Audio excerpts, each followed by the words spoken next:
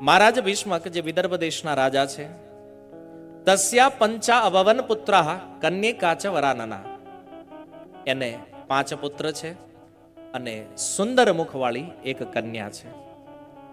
બધાથી મોટો પુત્ર જે છે એનું નામ હતું રૂકમી.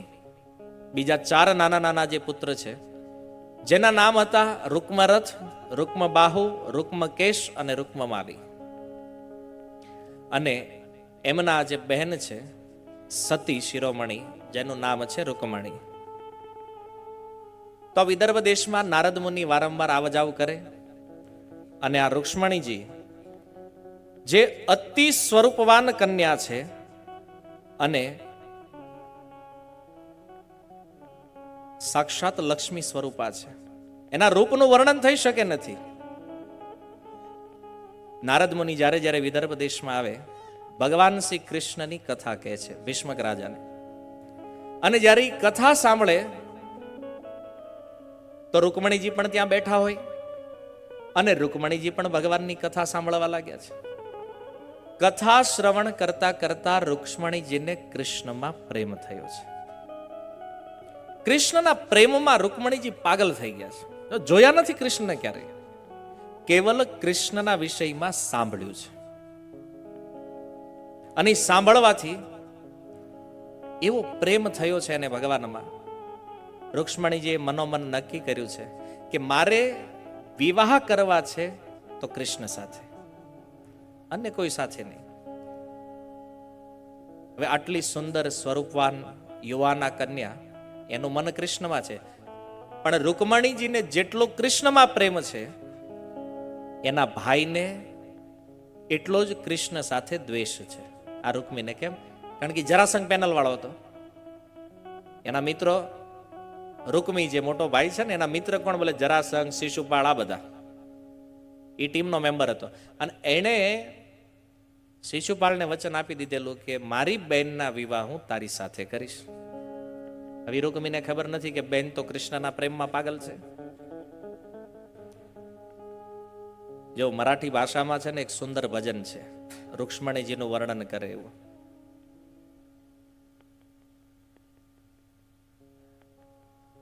કેમ થાય સમજા હે તો ગાવ. હાલો એક બે લાઈન. આમ તો તમે બધા મુંબઈ વાળા છો એટલે મરાઠી તમને ફાવવું જોઈએ. એને અસી રૂકમણી બાવરી ઝાલી ગ વિઠુરાયાચી નવરી ઝાલી ગ. અસી રૂકમણી બાવરી ઝાલી ગ વિઠુરાયાચી નવરી ઝાલી ગ.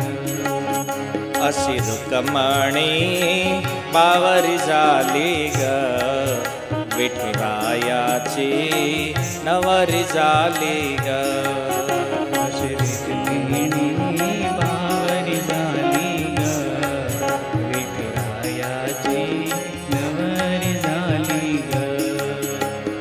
ચંદાલા મીઠાલી ચાંદની વિઠુલા મીઠાલી રૂકમણી. ચંદાલ મીઠાલી ચાંદની વિઠુલા મીઠાલી રૂકમણી. ચંદાલા મીઠાલી ચાંદની વિઠુલા મીઠાલી રૂકમણી. ચંદાલ મીઠાલી ચાંદની વિઠુલા મીઠુલા રૂકમણી.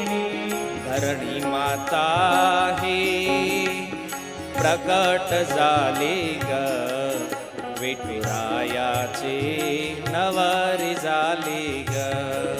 અસી રૂકમણી બાવરી ઝાલી ગ વિઠુરાયાચી નવરી ઝાલી ગ.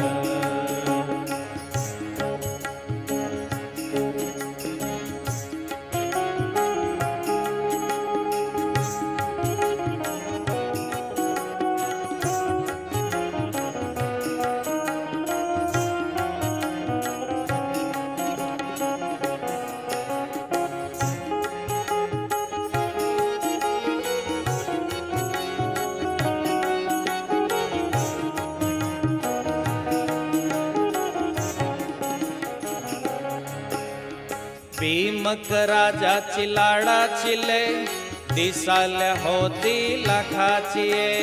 भीमक राजाची लाडाचिले दिसायला होतील खाताये. भीमक राजाची लाडाचिले दिसायला होती लाखाचये. भीमक राजाची लाडाचिले दिसायला होतील खाताये. આ શું કે છે ખબર છે? કે જે ભીમક રાજાची લાડાચી, આ ભીષ્મક રાજાની એક લાડકી કન્યા છે જે કેવી છે તો કે છે લાખોમાં એક છે. હે? જે સુંદરતા છે ને રૂકમણીની, આવી સુંદર કોઈ કન્યા નથી ભારત વર્ષમાં, કોઈ રાજકુમારી નથી. ભીમક રાજાची લાડાચીલે દિસાયલા હોતી લાખાતએ. ભીમક રાજાची લાડાचिले दिसायला होतील खाताये. लाडा लाडाने पावरी झाली ग विठ्ठलायाची नवरी झाली ग. लाडाने पावरी झाली ग विठ्ठलायाची नवरी झाली ग. अशी रुक्मणी पावरी झाली ग विठ्ठलायाची नवरी झाली ग. पावरी झाली ग विठ्ठलायाची नवरी झाली ग. જો નવરી શબ્દ જે આવે છે ને એ નહીં વિચારતા કે રૂકમણીજી હાવ નવરા હતા. મરાઠીમાં નવરા માને પતિ, નવરી માને પત્ની. હે ને? તો રૂકમણીજી એને વિઠ્ઠુરાયા છે. વિઠ્ઠલ માને ભગવાન વિઠ્ઠલ. તો વિઠ્ઠલની પત્ની જે છે એ છે રૂકમણી. થોડા શબ્દો જે છે ને એ સમજી લો, ન કરે કે ભલે આ નવરી નવરી શું આવે છે ભજનમાં. કે રૂકમણીજીને કઈ કામ નહીં, હાવ નવરાય છે. નવરી માને પત્ની. કોની પત્ની છે? ભલે ભગવાન વિઠ્ઠલની. અને અશી રૂકમણી બાવરી જાલી કે માને ભગવાન વિઠ્ઠલના પ્રેમમાં પાગલ છે રૂકમણી. જેનું વર્ણન આ ભજનમાં કહે છે. દરાત રૂકમણી રૂસાયચી વિઠ્ઠલા બગો ન હસાયચી. ધરાત રૂકમણી રૂસાયચી વિઠ્ઠલા બગો ન હસાયચી. દરાત રૂકમણી રૂસાયચી વિઠ્ઠલા બગો ન હસાયચી. ધરાત રૂકમણી રૂસાયચી વિઠ્ઠલા બગો ન હસાયચી. ચંદ્ર ભાગાહી પ્રસન્ન જાલી ગ વિઠ્ઠલાયાચી નવરી જાલી ગ. ચંદ્રભાગાહી પ્રસન્ન જાલી ગ વિઠ્ઠલાયાચી નવરી જાલી ગ. અશી રૂકમણી પાવરી જાલી ગ વિઠ્ઠલાયાચી નવરી જાલી ગ. રૂકમિણી પાવરી જાલી ગ વિઠ્ઠલાયાચી નવરી જાલી ગ.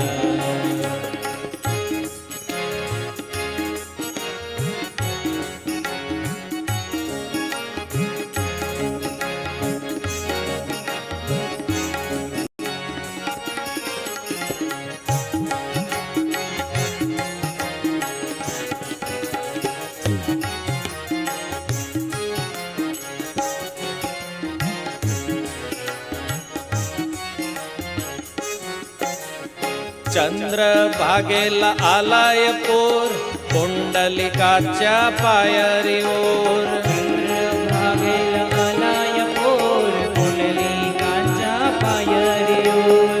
चंद्र भागेला आलाय पोर कुंडलिकाच्या पायरीवर. चंद्रभागेला आलाय पोर कुंडलिकाच्या पायरीवर. देवा देवाची गर्दी झाली ग विठ्ठलायाची नवरी झाली ग. देवाची गर्दी झाली ग विठ्ठलायाची नवरी झाली ग.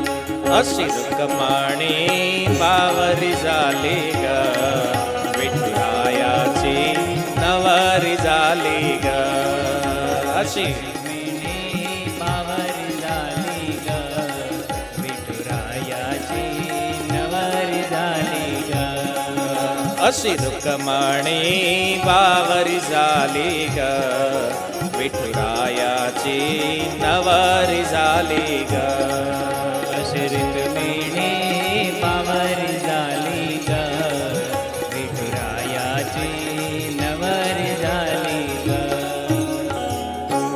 બોલો વિઠ્ઠલ રૂકમણી ભગવાન કી. ભગવાનના ગુણોને સાંભળી અને ભગવાન કૃષ્ણ જ મારા માટે યોગ્ય પતિ છે. હવે રૂકમણીજીને મનમાં જ્યારે દ્રઢ નિશ્ચય થયો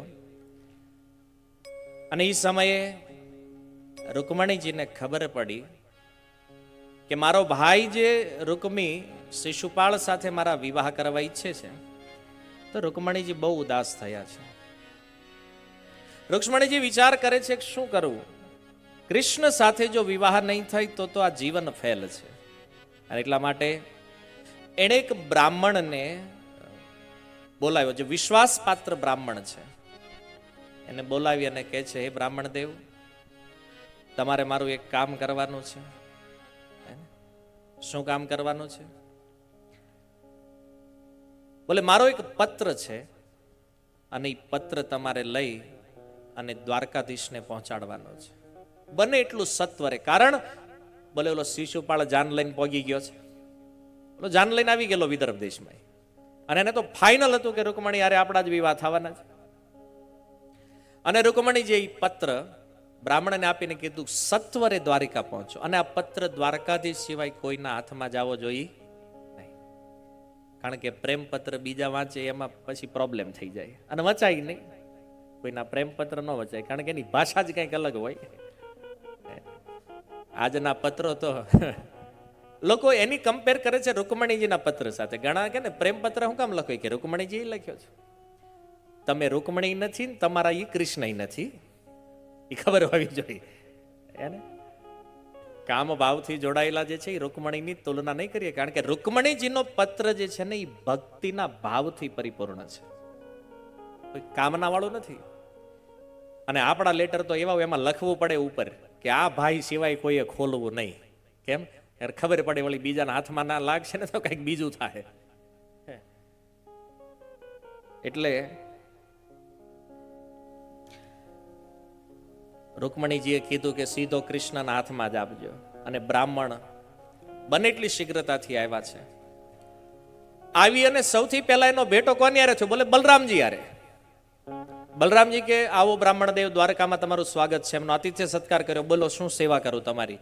બોલે એક પત્ર હું લઈને આવ્યો છું. બલરામજી કે મને આપો, તો કે તમને દેવાય એવો નથી, તો તમારા ભાઈ માટે આવ્યો છે, કૃષ્ણ માટે, એની મુલાકાત મને કરાવો. બલરામજીએ ભગવાન કૃષ્ણ સાથે આ બ્રાહ્મણની મુલાકાત કરાવી. ભગવાને પૂછ્યું, હે બ્રહ્મદેવ, બોલો શું પ્રયોજનથી આવ્યા છો? એ બ્રાહ્મણ કહે છે, પ્રભુ વિદર્ભ દેશની રાજકુમારી એનો પત્ર લઈને આવ્યો છે. ભગવાન કે એક કામ કરો ને, તમે જ વાંચો ને. જો પત્ર ભગવાન નથી વાંચતા, કોની પાસે વંચાવ્યો છે? એ જ બ્રાહ્મણ પાસે. બ્રાહ્મણને કીધું પત્ર તમે જ વાંચો. અને બ્રાહ્મણ ઈ પત્રને વાંચે. રૂકમણ્યો વાચ શ્રુત્વા ગુણાન ભુવન સુંદર શ્રોણવતામ તે નિર્વેશ્ય કર્ણ વિવરે હરતોંગતાપમ રૂપમ દૃશા દશિમતા અખિલાર્થલાભમ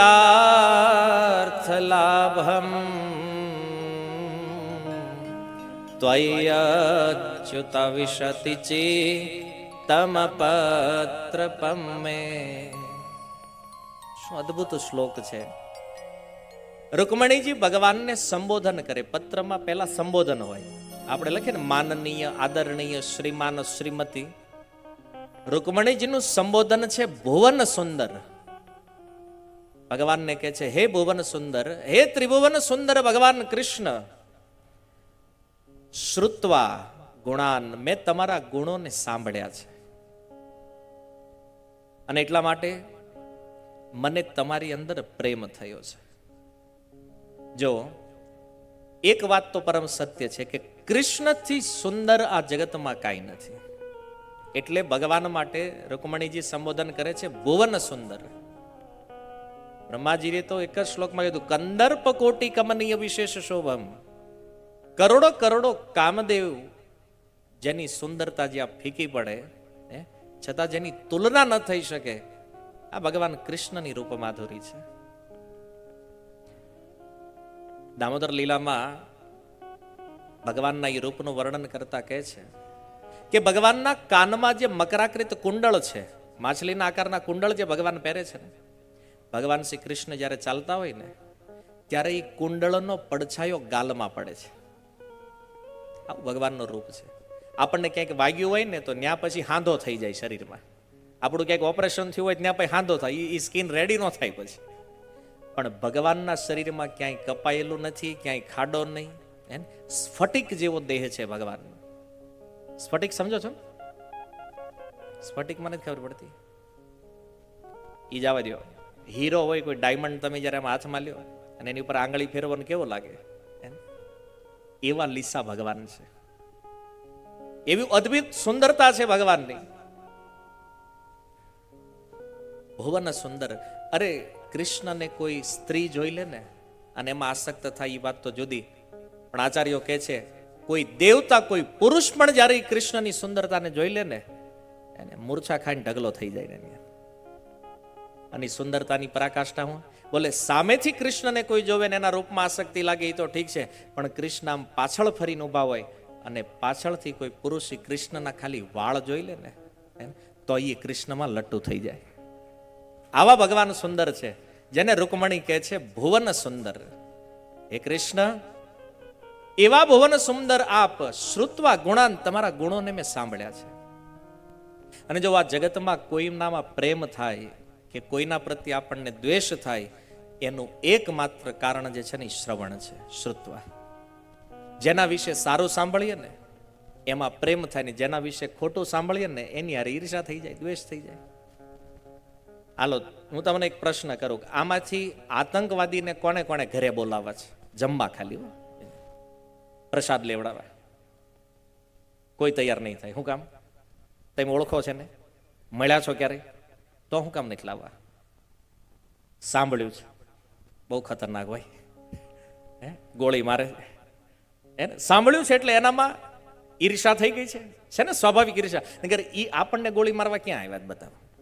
તમારા ઘરે આવ્યા કોઈ દી નથી આવ્યા, તો ઈર્ષા કરો છો ને એનાથી. હવે માની લો તમે કોઈને પ્રેમ, કોઈ વ્યક્તિ તમને ગમે, માનો કોઈ ક્રિકેટર ગમે તમને, ઈ આવ્યો તમારા ઘરે કોઈ દી, કઈ સંબંધ છે તો એના ગુણગાન કરો છો. શું કામ? એમાં પ્રેમ છે. કેમ? તો કે એના વિશે સારું સાંભળ્યું. તો આ જગતમાં આપણે જે સાંભળીએ છીએ ને એ ઉપર જ આપણો સ્વભાવ નિર્ધારિત થાય છે. કોની હારે પ્રેમ થાય છે, કોની હારે દ્વેષ થાય છે. તો શ્રવણની આટલી મહિમા છે એટલે પ્રહલાદ મહારાજે નવધા ભક્તિમાં પહેલા શ્રવણને રાખ્યું છે. સાંભળો. કોના વિષયમાં? બોલે ભગવાન કૃષ્ણના વિષયમાં. અને જેટલું વધારે વ્યક્તિ ભગવાનના વિષયમાં સાંભળે એટલો જ એને ભગવાનમાં પ્રેમ થાય. આ વારંવાર જે ભક્તોના આટલા ચરિત્રો ભાગવતમાં છે એ વારંવાર કહે છે કથા સાંભળો, કથા સાંભળો, કથા સાંભળો. શું કામ? કારણ કે ભગવાનમાં પ્રેમ ઉત્પન્ન કરવાનો એકમાત્ર સરળ માર્ગ યદી કોઈ છે તો એ ભગવાનની કથાનું શ્રવણ છે. જે ભગવાનના વિષયમાં સાંભળે એને ભગવાનમાં પ્રેમ થઈ જાય, અને જે સાંભળતા નથી એને ક્યારેય નહીં થાય. આ નિશ્ચિત છે. રૂકમણીજી કહે છે પ્રભુ મને તમારામાં પ્રેમ થયો છે ને તો એનું કારણ છે. શું કારણ છે? શ્રુત્વા ગુણાન, મેં તમારા ગુણોને સાંભળ્યા છે. કોની પાસે સાંભળ્યા છે? બોલે નારદજી પાસેથી સાંભળ્યા છે. અને એટલા માટે જ્યારે એ તમારા ગુણ કહે છે નિર્વિશ્ય કર્ણ વિવરેર હરતોંગ તાપમ, જ્યારે કાનના માધ્યમથી ઉતરે છે ને શરીરમાં, ત્યારે શું કરે છે? બોલે અંતઃકરણમાં પ્રવિષ્ટ થઈ અને તમારા વિરહથી જે અંગ તાપ ઉત્પન્ન થયો છે, જે વિરહની પીડા ઉત્પન્ન થઈ છે ને, આ પીડાને હરણ કરી લે છે. કોઈ વસ્તુ આપણને જોતી હોય ને મળે નહીં તો અંદરથી તાપ લાગે, શરીર અંદરથી બળે. ભલે આપણે એસી રૂમમાં બેઠા હોય પણ બળતરા અંદરથી થાય. આ અનુભવ કર્યો છે બધાએ. તો રૂકમણી કહે છે કે પ્રભુ, જ્યારે હું તમારું ચિંતન કરું અને પછી એમ લાગે કે તમે તો છો નહીં, તમે તો મને મળવાના નથી, તો એ તમારા વિરહથી જે તાપ ઉત્પન્ન થયો છે ને અંદર, પણ તમારી કથા જ્યારે કાનમાં પડે ને ત્યારે દાવાગ્નિ ઉપર જેમ વરસાદથી વર્ષા થાય એમ મારા આ જેટલા પણ અંગ તપી રહ્યા છે તમારા વિરહમાં, આને શાંતિ પ્રાપ્ત થાય છે તમારા ગુણોને સાંભળવાથી. એ છે રૂપમ દ્રશામ દર્શિમતામ અખિલાર્થ લાભમ. એ પ્રભુ, આ સંસારમાં જેટલા પણ નેત્રવાળા જીવ છે, સાચી આંખોવાળા જેટલા પ્રાણીઓ છે, એના માટે અખિલાર્થ લાભમ, એકમાત્ર લાભ નેત્ર હોવાનો ઈ છે કે જો એને એકવાર આપના રૂપનું દર્શન થઈ જાય તો એની આંખ પ્રાપ્ત કરવી સફળ છે. આંખો જે બ્રહ્માજી આપી છે ને, એ આંખોની સફળતા શેમાં છે? જો એ કૃષ્ણના રૂપમાં આકર્ષિત થઈ જાય તો. પણ આપણી આંખો હજી સફળ નથી. કેમ? કારણ કે એ સંસારના રૂપમાં આકર્ષિત છે. જ્યારે આંખો ભગવાનના રૂપનું દર્શન કરશે ત્યારે આંખ વાસ્તવમાં આંખ બને છે. જો દક્ષિણ ભારતમાં રામાનુજાચાર્યના એક શિષ્ય થયા જેનું નામ હતું ધનુર્દાસ. ના, ધનુર્દાસ જ્યારે ભક્ત નહોતા ને તો એની પત્નીની આંખોમાં આસક્ત હતા. અને કેવા આસક્ત? 24 કલાક એક જ કામ. કારણ કે ધની પરિવારનો વ્યક્તિ, બસ પત્નીની આંખ જોયા કરવાની. એ પત્ની ગમે ત્યાં જાય આંખ જોવાની. માનો માર્કેટમાં કંઈક લેવા જાય ને તો એ પત્ની આમ હાલી જતી હોય ને એ ઊંધો ઊંધો હાલે સામે. બોલો, હવે રૂપનો એવો આશિક. પછી માર્કેટમાં લોકો એને જોવે છે, એને કાંઈ પરવા નહીં, બસ આપણે આંખને જોવાની છે. કેમ? તો કે દુનિયામાં આનાથી સુંદર બીજું કાંઈ નથી. હવે એકવારની ઘટના, શ્રીરંગમમાં ભગવાન રંગનાથજીની શોભાયાત્રા નીકળી. અને શોભાયાત્રા નીકળી, આખું શ્રીરંગમ ભગવાન રંગનાથનું દર્શન કરે અને આ એને ઘરવાળીને આંખે જોવે છે સામે. અને રામાનુજાચાર્યના શિષ્યો જોઈ ગયા. ઈ કે કામી તો આ જગતમાં રૂપના પૂજારી તો ઘણા જોયા પણ આવો નથી જોયો ક્યાંય. આખું ગામ ભગવાનને જોવે છે ને આ એની પત્નીની આંખમાં આસક્ત છે. એટલે શિષ્યોએ જઈને પૂછ્યું કે આ શું કરો, તમને શરમ નથી લાગતી? હતી ભગવાન નીકળે છે ને તમે? ઈ કે જો ભાઈ આપણે રૂપના પૂજારી છીએ, એની આંખ મને બહુ ગમે છે ને એટલે હું ઈ જ જોયા કરું છું, બસ આપણે બીજું કઈ જોવાનું થતું જ નથી. પેલા શિષ્યોના મગજ ફરી ગયા. યારો અદ્ભુત માણસ છે યાર.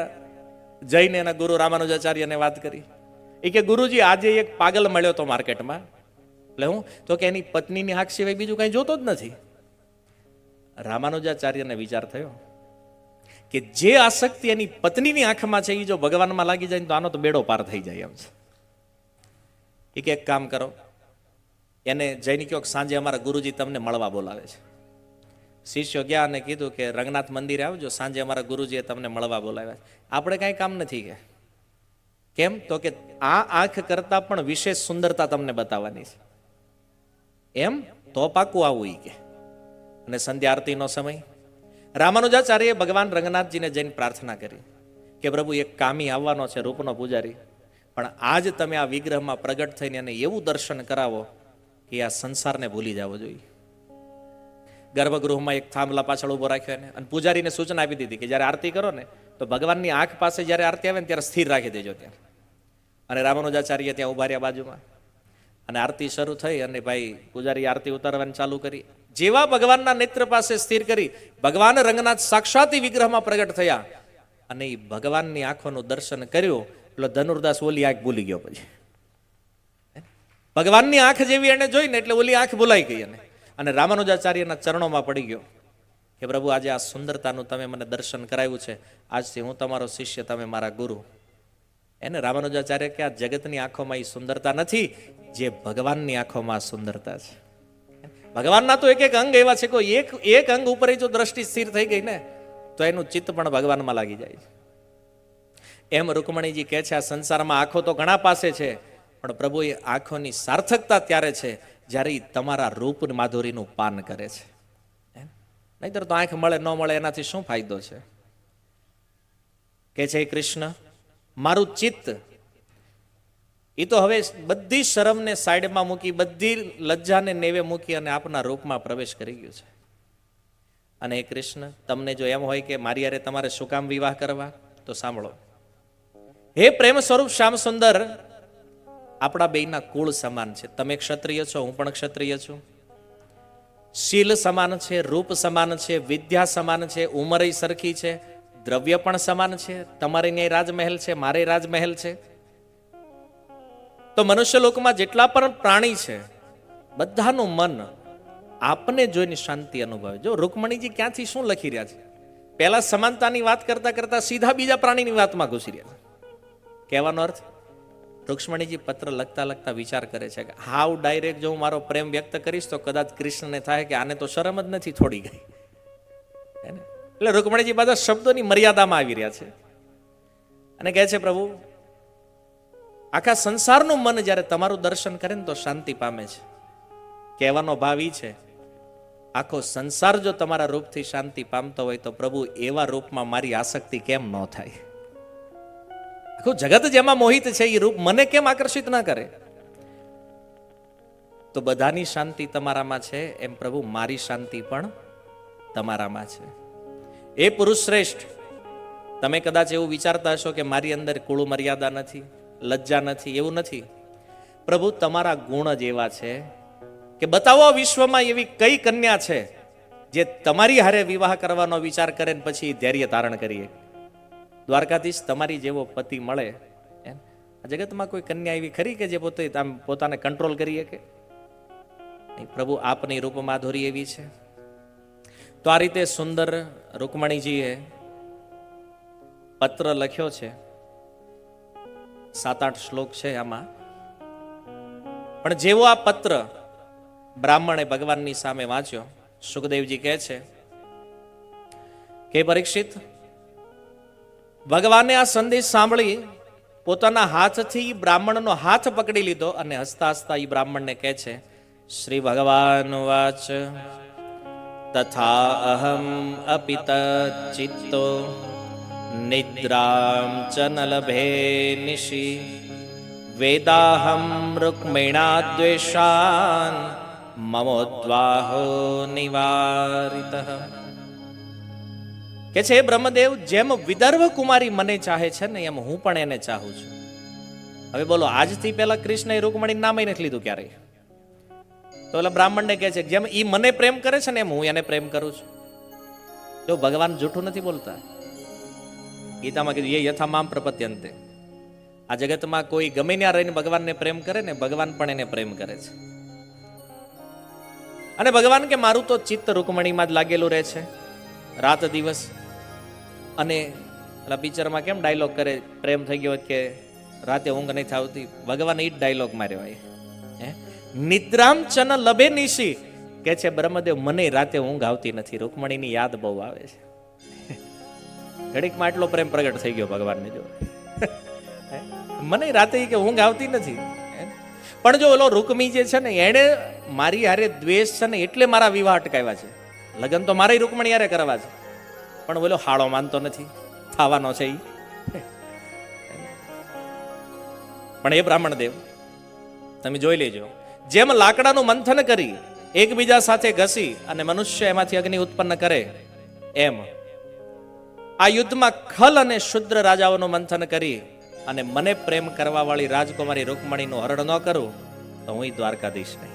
અને પહેલા લગ્ન ભગવાનના, એટલે આમ ઉત્સાહી એવો હતો એને. તો બ્રાહ્મણ દેવ કે હું વિદાય લઉં, ભગવાન કેમ ને આપણે હારે વિદાય લઈ. હાલો, પોતાના સારથીને બોલાવ્યો, દારૂકને કીધું રથ તૈયાર કરો. અને એ ભગવાનનો ગરુડ ધ્વજ રથ દારૂક જ્યારે લઈને આવ્યા, ભગવાને પહેલા બ્રાહ્મણ દેવને રથમાં ચડાવ્યા, પછી પોતે બેઠા અને કીધું હવે રથ ચલાવો. ભગવાન રથ લઈ અને કુંડિનપુર, વિદર્ભ દેશ જેની રાજધાની છે કુંડિનપુર, જ્યાં પહોંચ્યા છે. આવી અને રાજા ભીષ્મકને ખબર પડી કે ભગવાન દ્વારકાધીશ આવ્યા છે. એમણે ભગવાનને રહેવા માટે એક સુંદર મહેલ આપ્યો, ભગવાનનો આતિથ્ય સત્કાર કર્યો. અને આતિથ્ય સત્કાર કરતા કરતા ભીષ્મક રાજા પોતાના મનના દુઃખને વાગોવી રહ્યા છે. મનમાં વાગોળે સ્મરણ કરે કે અરે અમારી રૂકમણી માટે તો આ જ વર યોગ્ય છે. એ જે વિદર્ભ દેશના નાગરિકો હતા એણે જોયું કે રૂકમણી માટે આનાથી શ્રેષ્ઠ વર બીજો કોઈ હોઈ શકે. અને જો ભગવાને આ બધાની વાત સાંભળી લીધી, અને ભગવાન બધું સાંભળે. કીડીના પગમાં ઝાંઝર પહેરાવો ને એનો અવાજ ભગવાન સાંભળી લે. આ ભગવાનની સાંભળવાની કેપેસિટી છે. ભગવાનને થયું કે હાલો રાજાય રેડી છે, પ્રજાય રેડી છે કે અમારા વિવાહ થાય. વાંધો મોડવેલા રૂકમિની એકને છે તો ભગવાન કે એક તો અપવાદ કહેવાય, આમાં વાંધો નહીં, કે ઈ ભલે મત તો ગમે. સુંદર સ્વાગત થયું. અને રૂકમણીજી જેમ પત્રમાં કીધું હતું, હરણ ક્યાંથી કરવાનું છે, કયા સમયે કરવાનું છે. ભગવાને ભીષ્મક રાજાનું આતિથ્ય સ્વીકાર કર્યું છે. બીજા દિવસે જ્યારે રૂકમણીજી દુર્ગા દેવીના મંદિરે, કુળદેવીની જે પૂજાનું વિધાન હોય છે એને પૂર્ણ કરવા માટે જ્યારે દુર્ગા દેવીના મંદિરે ગયા, રૂક્ષ્મણીજી ધીરે ધીરે ધીરે ધીરે ચાલતા ચાલતા દુર્ગા દેવી પાસે ગયા, પૂજા અર્ચના કરી. પણ જ્યારે રિટર્ન વળ્યા ને પાછા ફરે છે તો એક એક ડગલું બહુ નિરાતે મૂકે છે. એક ડગલું ભરે વળી ઉભા રહે. દ્વારકાની ધજા દેખાતી નથી. વળી એક ડગલું ભરે ઉભા રહે. કેમ? કદાચ એવું બને કે હું અહીંથી પૂજા કરીને નીકળી જાઉં, દ્વારકાધીશ પછી આવે તો મોડું. એની સખીએ પૂછ્યું, રૂકમણી આમ આટલું ધીરે ધીરે કેમ ચાલે? થોડુંક તોય રૂકમણીજી તો એની એકદમ મંદ મંદ ગતિથી ચાલે. ને ચાલતા ચાલતા જેવા મંદિરની સીડીઓ પાસે પહોંચ્યા છે, અને એ સમયે ભગવાન શ્રી કૃષ્ણ રથની ધજા જોઈ અને રૂકમણીજીના હૃદયમાં આનંદનો પાર નથી. હા, આપણો પત્ર પહોંચ્યો છે અને હવે દ્વારકાધીશ મને લેવા માટે આવ્યા. અને પછી રૂકમણીજીના પગની ગતિ વધી છે. ચાલતા ચાલતા એ રથ પાસે આવ્યા, અને રથ પાસે આવી સુખદેવજી કહે છે, જેમ હજારો હજારો શિયાળોની વચ્ચેથી સિંહ પોતાનો ભાગ લઈ લે, એમ ભગવાન શ્રી કૃષ્ણએ રૂકમણીજીનો હાથ પકડી અને રૂકમણીજીને રથમાં બેસાડી દીધા. રૂકમણી કે પ્રભુ જલ્દી નીકળો અહીંથી. ભગવાન કે એમ નહીં, આવ્યા છીએ તો ખબર તો પડવી જોઈએ ને આપણી. કે ભગવાને પોતાનો 5 જન્ય શંખ કાઢ્યો અને શંખ ફૂક્યો. ઓલા બધા મીટિંગ કરતા હતા ત્યાં, રૂકમિણી શિશુપાળ નહીં, કાલ લગ્ન કેમ કરવા, જાન લઈને કેમ આવું પ્લાનિંગ કરતા હતા. અને ત્યાં હરણ થઈ ગયું. 5 જન્ય શંખ. શિશુપાળ કે જો ઓલો આવ્યો ઈ કે, હે ને? અને સૈનિકોને કાંઈ ખબર પડે, બીજા કોઈ કાંઈ સમજે, વીજળી વેગે રૂકમણીજીને રથમાં બેસાડી 5 જન્ય શંખનાદ કરી અને ભગવાને રથ આંકી મૂક્યો. અને સૈનિકો તો બધા મારો પકડો મારો, પણ કોને ઈ કે પકડ? ભગવાન તો નીકળી ગયા. અને એમાં રૂકમી આવ્યો. શું થયું? બોલે હરણ થઈ ગયું, હરણ થઈ ગયું. બોલો શિશુપાળ તો નાન રોવા માંડ્યો બીજા, કે હું કહેતો તો ઈ કે આ નહીં હક લેવા દે. ભલે છે અમારા હગા, પણ હક નહીં લેવા દે. લઈને વયો ગયો ને. રૂકમી કે તું રોવાત બંધ કરે પેલા, હું જાઉં છું પાછળ, હમણાં મારી બેનને લઈ વિવાહ તારી હારે જ થશે. અને રૂકમી તે રથ લઈને પડ્યો ભગવાનની પાછળ. આગળ ભગવાન પાછળ, અને વાહે આવી સેના બધી, કારણ કે જરાસંઘ ત્યાં હતો. તો જરાસંઘ સેના લઈને પાછળ. હવે તો દ્રશ્ય સમજો, આગળ ભગવાનનો રથ, પાછળ રૂકમીનો રથ, અને પાછળ સેના. અને એ સમયે બલરામજી દ્વારકાથી નારાયણી સેના લઈને એને વચમાં ઘુસાડી સેના.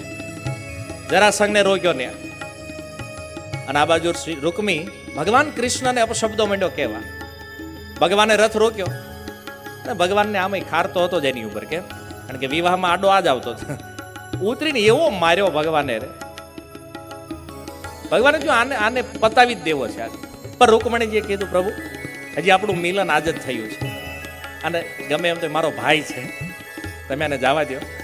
અપમાનિત કરી અને એ રૂકમીને ત્યાંથી કાઢી મૂક્યો. બલરામજી સેનાને પરાસ્ત કરી અને ત્યારબાદ ભગવાન ગુજરાતની બાઉન્ડ્રીમાં પ્રવેશ કરે. અને એવું કહેવાય છે કે એક માધવપર નામનું એક ગામ છે, જ્યાં રોકાણા. દ્વારકા નથી ગયા ડાયરેક્ટ, કારણ કે વિવાહ નથી થયા ને. ત્યાં એક માતા દુર્ગાનું મંદિર છે, આજે પણ અસ્તિત્વમાં છે. અને જે સ્થાન ઉપર ભગવાન કૃષ્ણ અને રૂકમણીજીના વિવાહ થયા, દ્વારકાવાસીના આનંદનો પાર નથી. આજે જેના રાજા રાજકુમાર જે છે ભગવાન કૃષ્ણ, આજે એના વિવાહ થવા જઈ રહ્યા છે. અને સુંદર વિવાહ સંપન્ન થયા. બોલો વિઠ્ઠલ રૂકમણી ભગવાન કી